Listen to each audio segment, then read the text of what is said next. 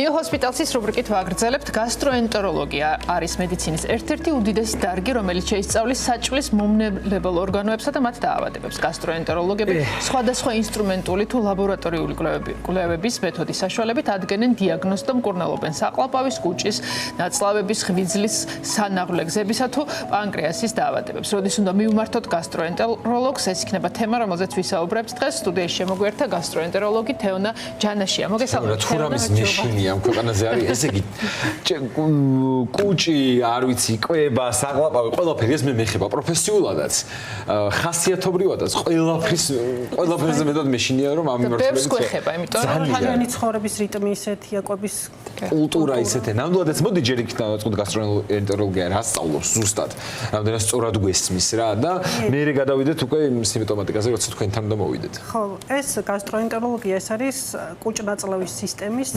მეცნიერება, რომელიც შეისწავლის კუჭის საჭმლის მომნელებელი სისტემის ნორმალურ ფუნქციონირებას. შესაბამისად, სიმპტომები, მთელი რიგი სიმპტომებია, როდესაც უნდა მოუმართოთ გასტროენტეროლოგს. ეს სიმპტომები დაწყებული პირის ღრუდან, პირში უსიამოვნო გემოდასუნიდან დაწყებული ჰალითოზიდან, რომელიც ამ ბოლო დროს ძალიან ხშირია, დამთავრებული უკანატანის პრობლემებით. ეს შეიძლება იყოს როგორც გულძმარვა, ბოყინი, სიმძიმის შეგრძნება, ეს არის სიმპტომები, რომელსაც შეიძლება მარტივად არ მიაქციოს. უბრალოდ ბოლოში ეს არის რომ უნდა მეთქვა რომ ეს არის ხანგრძლივობას და ინტენსივობას აქვს უდიდესი მნიშვნელობა. თორე როდესაც პაციენტს ახლა ერთჯერადად გაზიან სასმელზე აქვს გულძმარვა, ეს არ არის ექიმთან მომართვის პირველი კრიტერიუმი და ზუსტად გასტროენტეროლოგია მას შეისწავლის, რომ საჭმლის მომნელებელი სისტემა შეისწავლის, რომელიც იწყება პირის ღრუდან და მთავრდება უკანა ტანამდე და საკმაოდ გრძელია ეს ჩვენი საჭმლის მომნელებელი სისტემა. ხო, აი სხვა შორის მაგაზე რომ გავაგრძელოთ ალბათ სიმპტომატიკაზე, პრინციპში დავიწყოთ მაგაზე საუბარი. იქას აზრს ძალიან ვიზიარებ, ძალიან ხშირად სიმპტომებში ალბათ პაციენტების შესწავლას მანდუშებთ, რომ სიმპტომატიკაზე საკუთარი გამოცდილებით ვსჯელობთ და რაღაცებს არ ვაქცევთ ყურადღებას. მაგალითად უსიამოვნო სუნი ახსენეთ შეიძლება ვიღაცამ კბილს დააბრალოს, ხო? არ ვიცი, შეიძლება გულძმარვა რაღაცა ერთ კონკრეტულ კვებაზე. როდის ვხვდებით რომ ეს რაღაცები კვლევას ეჭიროს, სპეციალისტს ეჭიროს, მხოლოდ ინტენსივობას ვაკვირდებით? ინტენსივობას, ხანგრძლივობას და გასტროენტეროლოგიური ჩივილები ზოგადად სიცოცხლის ხარისხზე აისახება, ანუ დისკომფორტს გვიქმნის.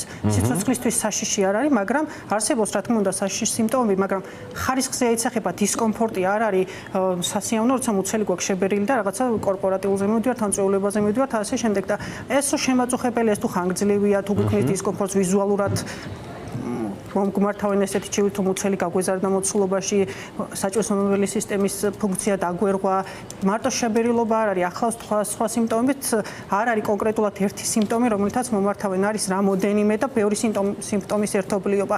და ამისთვის ჩვენ პროფესიაში ყოველთვის არის არა ოფლაინ ვიზიტი, ონლაინ ვიზიტი, აუცილებლად პაციენტის და ექიმს შორის კონტაქტი უნდა მოხდეს, რომ შეფასდეს უშუალოდ პაციენტის ჩივილი, მოხდეს დიალოგი ექიმსა და პაციენტს შორის.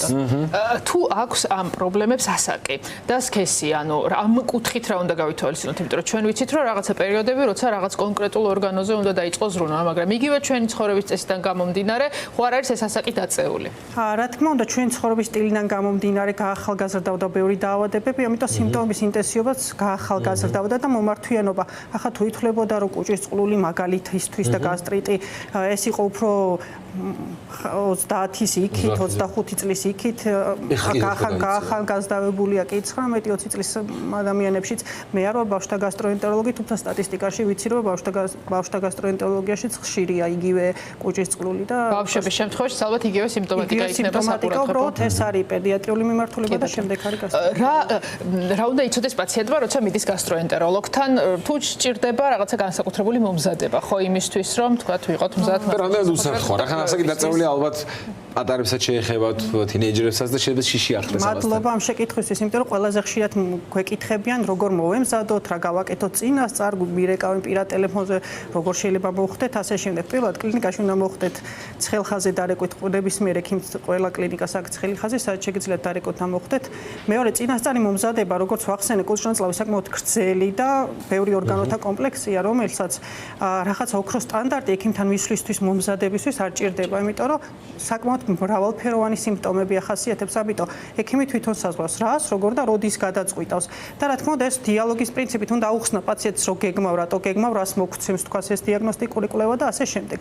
უბრალოდ ჩვენთან არის ერთი ნიუანსი, ყველაზე ხშირად მეკითხები, ამბოდის ჩემ თავს რო ვეკითხები, მაგრამ ვიყო თუ არა უზმოზე, ყველაზე ხშირად ამას მეკითხები. როცა არის პირველადი ვიზიტი ექიმთან, აუცილებელი ჩემ პაციენტებთან ყოველ შემთხვევაში აუცილებელია რომ ვიყოთ უზმოდ და რატო? პირველი, იმიტომ რომ მე გარდა სუბიექტური მონაცემებისა ობიექტურადაც ვაფასებთ პაციენტს და უდიდესი მნიშვნელობა აქვს მუცლის პალპაციას, ენა ჩვენ პროფესიაში უდიდესი დიაგნოსტიკის მატარებელია შესაბამისად, როცა პაციენტი არ არის უზმო, ენის საფაროლის შეფასება ვერ ხერხდება, ასევე დროის მენეჯმენტის კუთხითაც, როცა პაციენტი მოდის პირველადად და მას სჭირდება დიაგნოსტიკური კვლევა და მაგალითად მუცლის ღრუს ულტრაბგერითი კვლევა, სხვა ულტრაბგერით კვლევას, მაგალითად გულის ულტრასონოგრაფია, საშადე სისტემას არ ჭირდება უზმოდ ყოფნა, მაგრამ ჩვენ პროფესიაში ჭირდება, იმიტომ რომ როდესაც ჩვენ საუზმეები ვართ, იკუმშება ნაღლის ბუშტი და სრული ვიზუალიზაცია ვერ ხდება და შეიძლება რაღაცა პროცესი გაგვეპაროთ, რომელიც ხდება ნაღლის ბუშტში. კი ბატონო. ასევე გასტროსკოპიული კვლევა შეიძლება იმ დღესვე დამჭირდეს და უზმოზე კეთდება ეს იქნება. მოდი, რა კვლევებია ამ პრობლემებთან დაკავშირებული ეს ჩამოვთვალოთ, ხო, რითი იწყება, რა არის პირველი და მე სიღრმისეულად რო შევიდეთ? დიაგნოჩივრიდან გამომდინარე ვიწყებთ პირველად კვლევას, ესე რომ აუცილებლად ამას ვიწყებთ პირველი არ არის, ანუ დიაგნოზი რაზე ვფიქრობთ და რა მოგცემს დიაგნოსტიკის საშუალებას, აქედან გამომდინარე გამოვდივართ შესაბამისად. როცა გჭირდება ლაბორატორიული კვლევები აუცილებლად, მუცლის ღრუს ეხოსკოპია როგორც ვახსენე, გასტროსკოპია გჭირდება, კოლონოსკოპია, კომპიუტერული ტომოგრაფია და მაგნიტურ-რეზონანსული ტომოგრაფია უდიდეს როლს თამაშობს. ასევე ჩვენთან კეთდება კაფსულური ენდოსკოპიაც, რომელიც წვრილი ნაწლავის დიაგნოსტირებაში უდიდეს როლს თამაშობს და სისხლენების დროს და ასე შემდეგ უდიდესი მნიშვნელობა აქვს. კუჭ-ნაწლავის რენტგენო-კონტრასტული კვლევა, რომელიცაც არაერთ საინტერესო და რთულ დიაგნოზებს სვამს.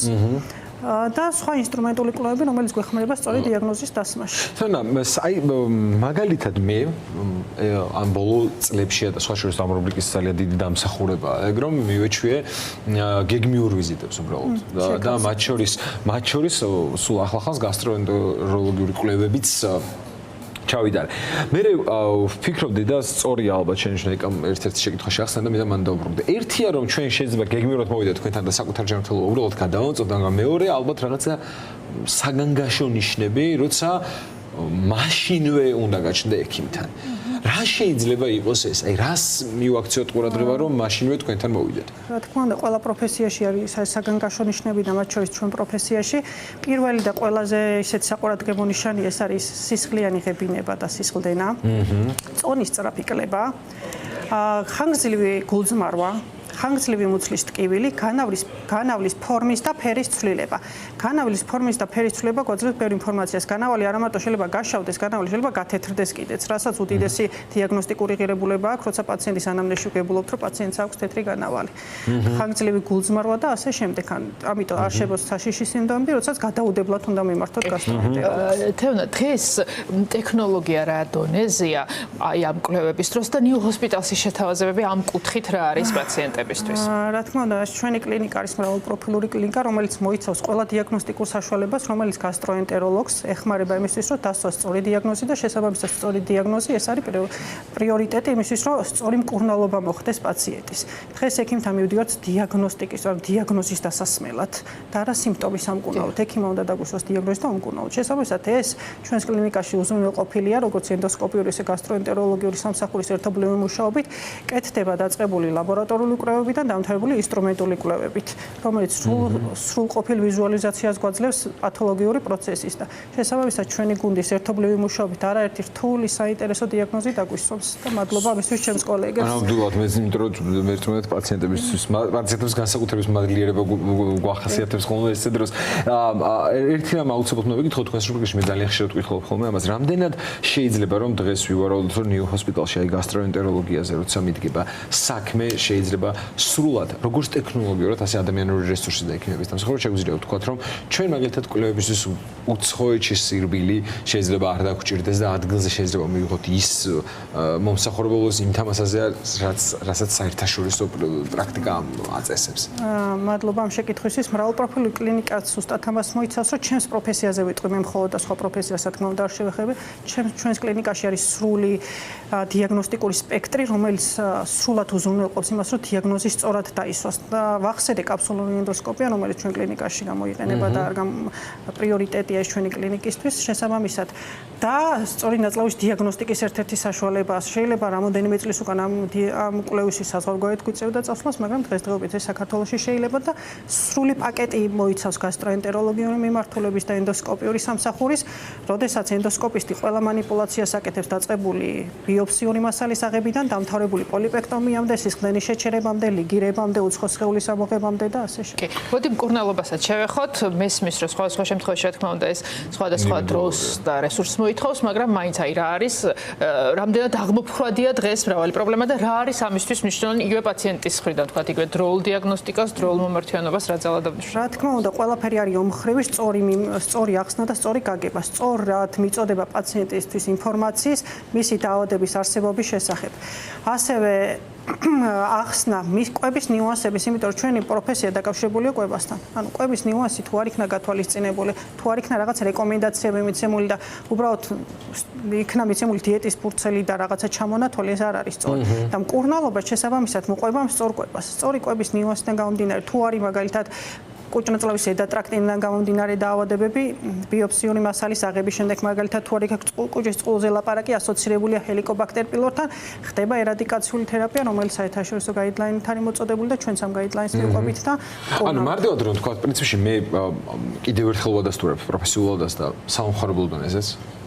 ცალსახად ერთ მნიშვნელოვნად ჩვენ რასაც ვიკვებებით და რასაც საკუთარ თავს ჩვენი ხელით ვაძლევთ ნუტრიციოლოგიური თვალსაზრისით ალბათ ის განაპირობებს დიდწილად ჩვენს ჯანმრთელობას. ნუტრიციოლოგიაც არის უდიდესი მეცნიერება, ზოგადად ჩვენი კონსულტაციის 30% ალბათ ბოლოს მოიცავს იმას, რომ აუხსნათ, რა თქმა უნდა, წამლების მედიკამენტების ახსნის შემდეგ რას რისთვის უნიშნავთ, არის კვების რა თქმა უნდა და სწორი კვება ტერმინით არ უნდა შეგვეშინდეს, რაღაცა ცუდი სტერეოტიპები ბევრი არსებობს და გემრიელა ჭამა შეიძლება სწორი კვებაში, ამიტომ არ შეგვეშინდეს, ხო ასე. სწორი კვება არ მოიცავს დიეტას, სწორი კვება მოიცავს გარკვეულ დროს გარკვეული რაღაცების მიღებას და ზომიერებას და ცნობიერების ამაღლება ამ პროფესიაში. ძალიან დიდი მადლობა. გვეიმედებით კარგია რომ არსებობთ. მე გემრიელა ჭამა ძალიან მიყვარს და თუ რამეა ჩემს ზარს ყოველთვის შეიძლება მე იმედებით რომ ხარ. თუ წესებს დაიცა პრობლემები არ გექნება.